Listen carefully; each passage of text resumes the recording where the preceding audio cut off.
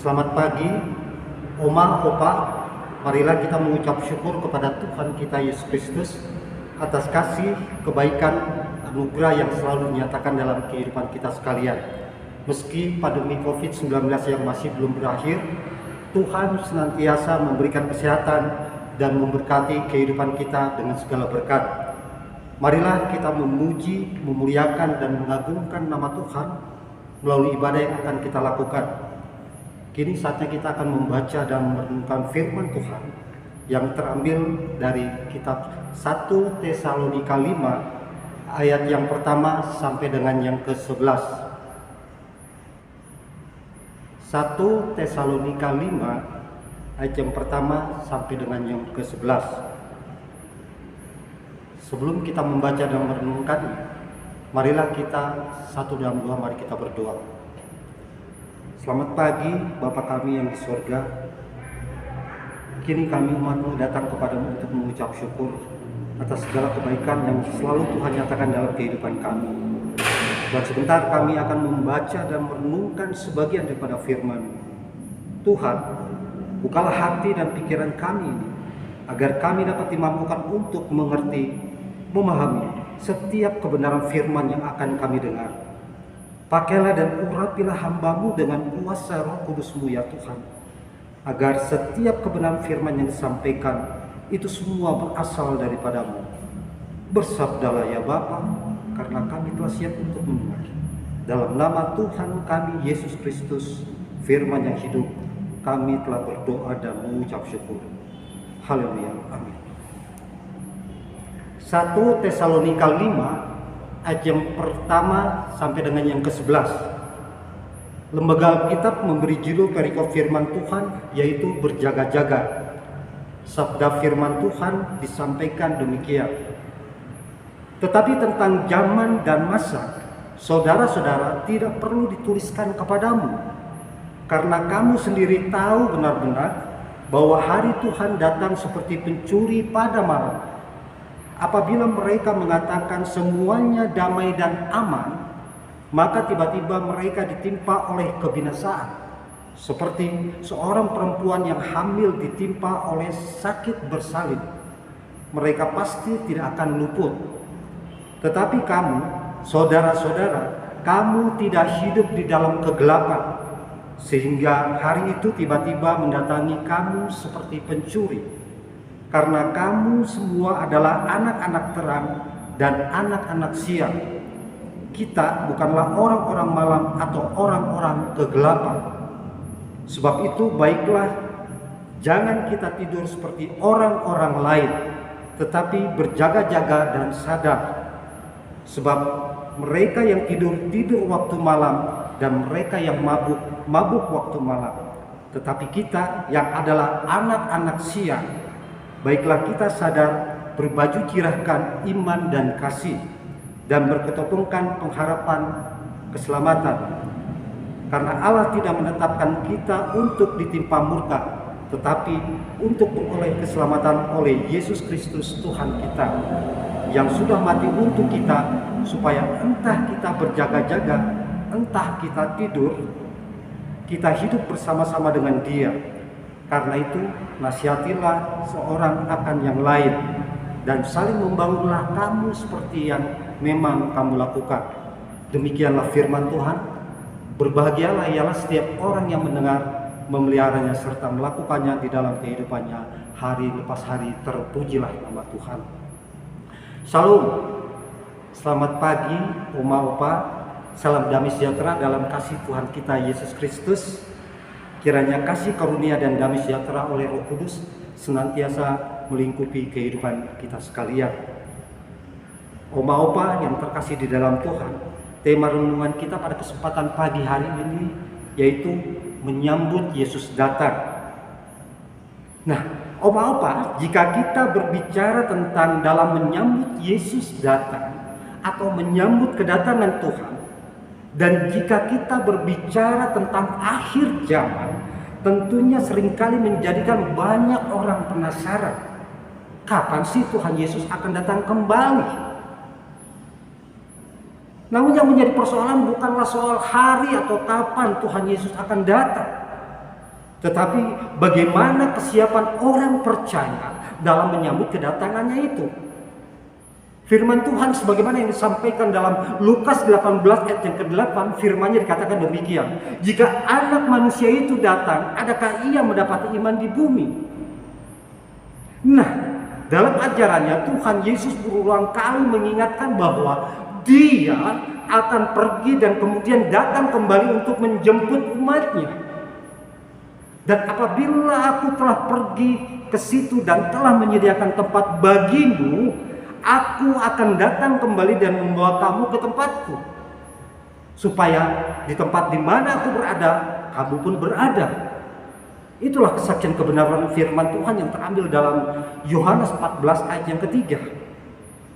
Lalu pertanyaannya adalah, apakah kita sudah siap untuk menyambut kedatangan Tuhan untuk yang kedua kalinya?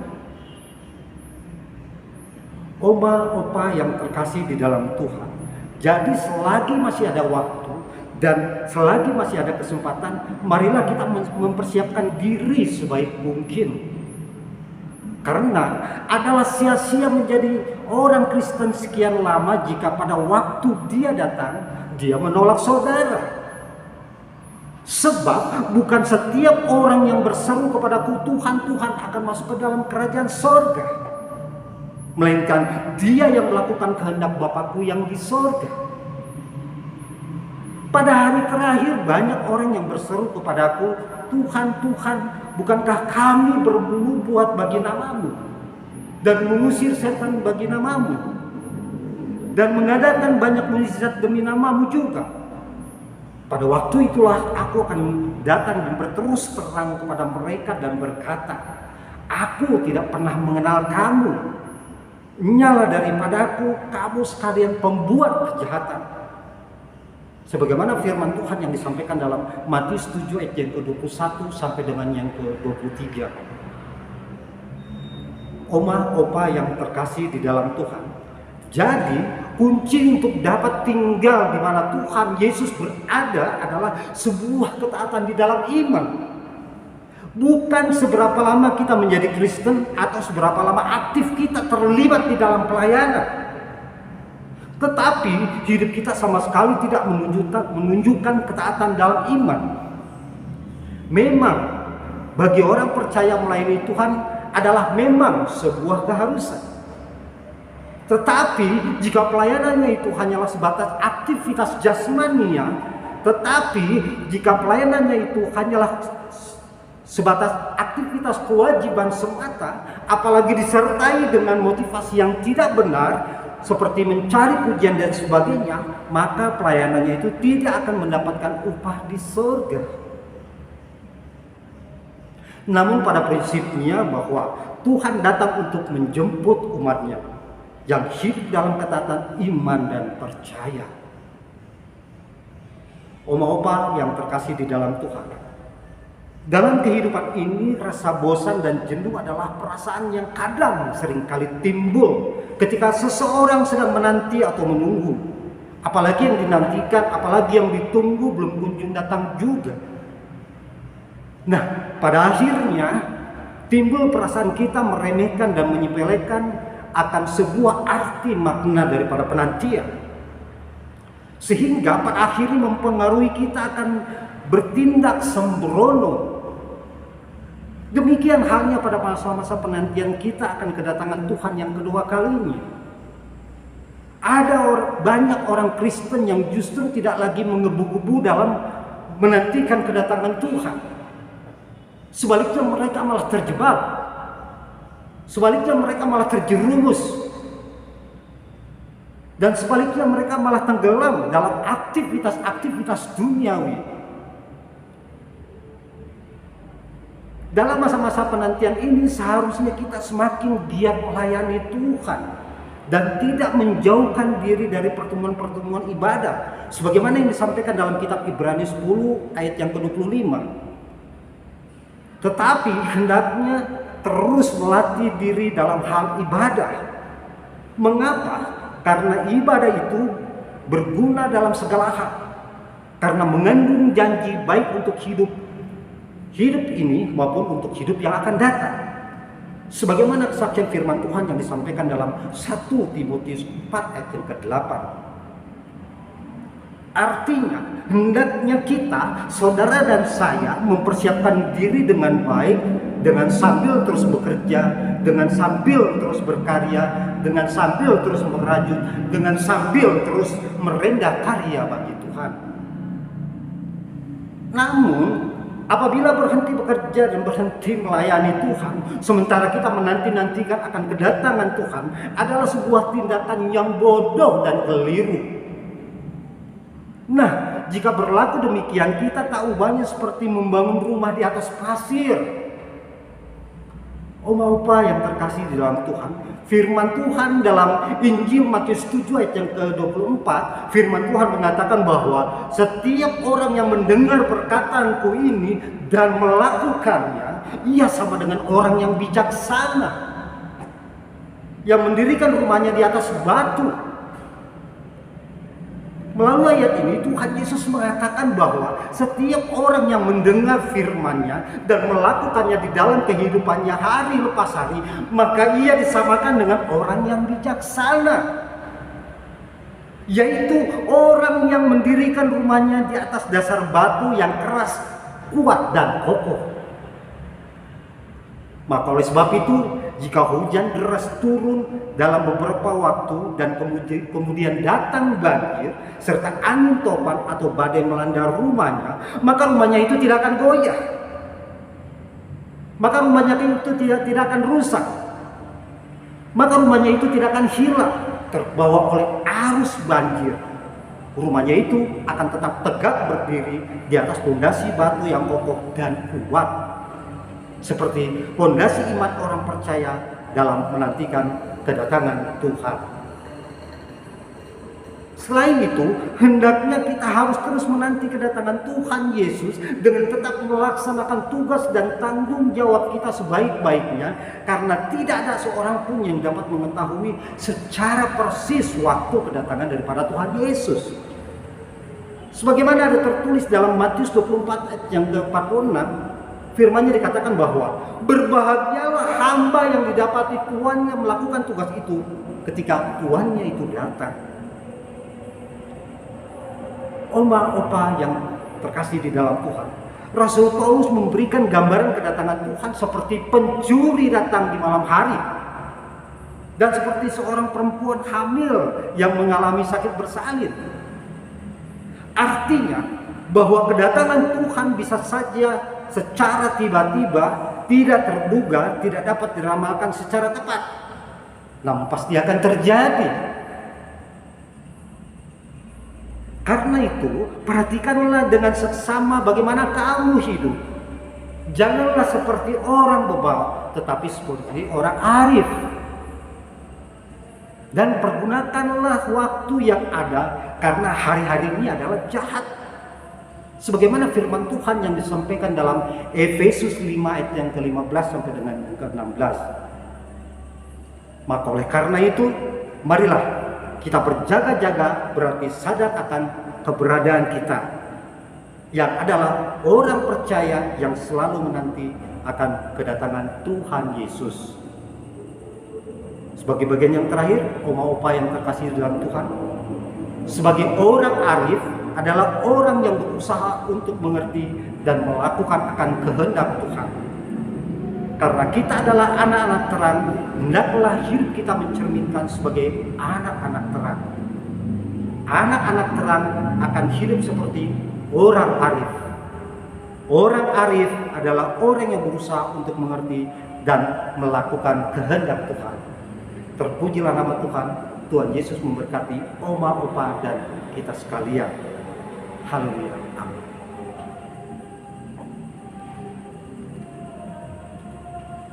Opa, ini saatnya kita akan berdoa syafaat yang kita akhiri dengan doa syukurnya, itu doa Bapa kami. Mari kita berdoa. Kembali kami datang kepadamu ya Bapa untuk mengucap syukur atas hadirat-Mu dalam ibadah kami. Kami bersyukur karena kami telah disapa oleh kebenaran firman-Mu, agar kami dapat menjalankan apa yang menjadi tugas bagian kami untuk tetap bekerja, berkarya, merajut, merenda karya bagi Tuhan di dalam menantikan kedatangan Tuhan Yesus untuk yang kedua kalinya. Tuhan Allah Bapa di sorga, dalam doa syafaat ini kami berdoa untuk keluarga Bapak Pendeta Andris bersama dengan keluarganya, Bapak Ibu Penatua bersama dengan keluarga, Bapak Ibu Komisi, pengurus komisi bersama dengan keluarganya. Kiranya campur tangan Tuhan dalam memberikan penyertaan, perlindungan, dan mencurahkan berkat bagi kehidupan kami sekalian, dan memampukan kami untuk terus berkarya untuk melayani Tuhan dengan sebaik-baiknya. Bapa di sorga, kami juga berdoa bagi para orang tua kami yang sudah lanjut usia. Kami percaya melalui penyertaan Tuhan yang sempurna, orang tua kami ini ada dalam penyertaan-Mu ya Tuhan. Dan kiranya Tuhan senantiasa memberikan kesehatan dan memberkati kehidupan para orang tua kami. Bapa di sorga, kami juga berdoa bagi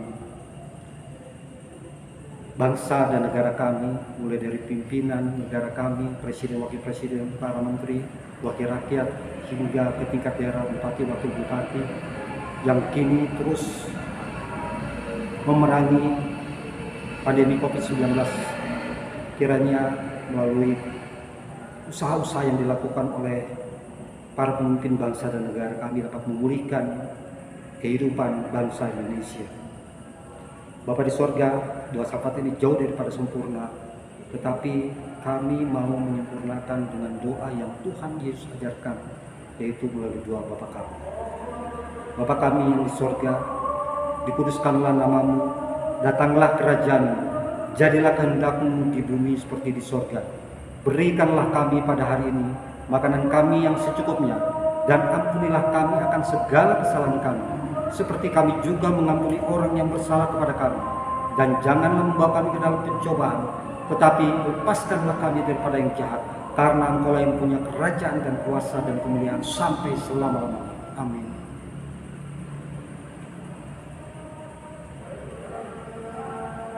Oma Opa, lakukanlah apa yang terbaik seperti yang difirmankan Tuhan untuk kita sekalian. Di dalam menyambut kedatangan Tuhan untuk yang kedua kalinya, marilah hendaknya kita mempersiapkan diri dengan sebaik mungkin, dengan sambil terus bekerja, berkarya, merajut, merenda karya bagi Tuhan, dan kini terimalah berkat dari Tuhan. Kasih karunia Allah dalam Yesus Kristus dan kuasa Allah di dalam persekutuan Roh Kudus menyertai saudara-saudara dari saat ini sampai selama-lamanya. Amin. Amin. Amin. Amin. Ibadah kita selesai. Tuhan Yesus memberkati Oma Opa dan kita sekalian. Haleluya. Amin.